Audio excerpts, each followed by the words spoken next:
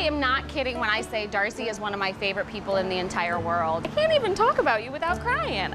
You know, she's just been a wonderful friend. She will love and care about you and your kids and your family and fight for you if she needs to. She's always been my influence of what type of mom I want to be. Anytime I get to spend with Darci is good time. It feeds my soul. It makes me happy. Friends at 5 is the best part of my day, one of the best parts of my day every day. As we stand on the shoulders of legends of the past whose legacies give each of us a voice, News 19 is proud to continue our series, A Seat at the Table, which we hope is a nod to our future.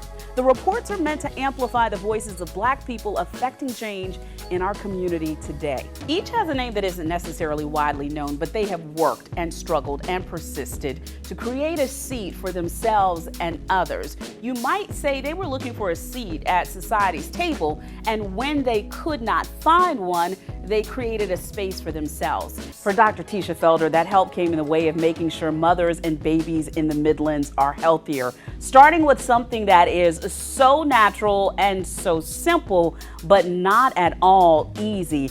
Good evening and welcome to our Columbia Mayor Candidate Forum from Chappelle Auditorium on the campus of Allen University. This building was declared a National Historic Landmark in 1976. So we'll begin with our first question. Perhaps the most important topic for discussion tonight is how the city and its leaders, namely the mayor, will navigate the COVID-19 pandemic. So 4:30 this afternoon, we're going on 2.5 hours, almost 3 hours. So it is understandable that if you have a child that you have not been reunified within almost 3 hours, you would have a sense of anxiety and urgency in getting to your child. In the same breath, law enforcement and administrators have a job that they need to do. And if there's ever been a time that they've been hypersensitive and very safe when it comes to your children, it is in a situation like this. This is surveillance video from the Richland 2 school bus that was hijacked this morning. It's hard to wrap your mind around what you're seeing here. An Army trainee gets on the bus carrying a weapon, pointing that gun at the bus driver, and then demanding that he drives. We have our team of reporters covering all angles of this story tonight. J.R. Berry is leading our team coverage. He's live at the Richland County Sheriff's Department following the latest update on the school bus hijacking. J.R., I know you were there when the sheriff held his press conference. This next story is really a cautionary tale as to why what you're seeing online is not always what you're buying online. Ahmad Stevens learned that the hard way. Take a look. Back in April, Ahmad was looking online for something nice to wear for a special occasion.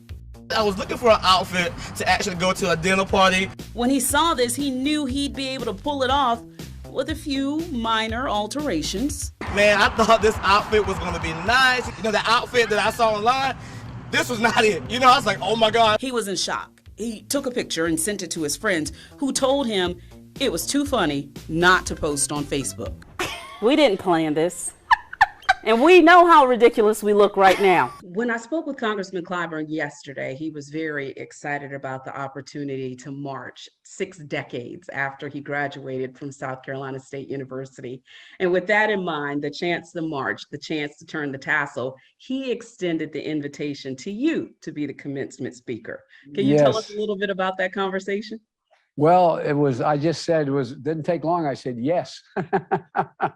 Because first of all, he's one of the really great leaders in the country. As the day continues, many areas of the Midlands will see a wintry mix of precipitation. And we've got 2 members of our most accurate weather team, Chief Meteorologist Efren Afonte and Daniel Bonds, with us this morning for all the details on this storm that's moving across the Palmetto State and really much of the Southeast, gentlemen. Every month on the 19th, we introduce you to a breast cancer survivor willing to share their story in hopes of making a difference in the life of another woman. Christy Clark is tonight's survivor. She doesn't wear a crown and a sash every day, but when she does, her message is about beauty that begins within. Health experts all agree that the key to beating breast cancer is early detection. But what do you do when you're diagnosed with the disease and you are a healthcare expert? Tonight, we're going to introduce you to Libby Wessinger, a nurse, a mom, a wife, and a breast cancer survivor.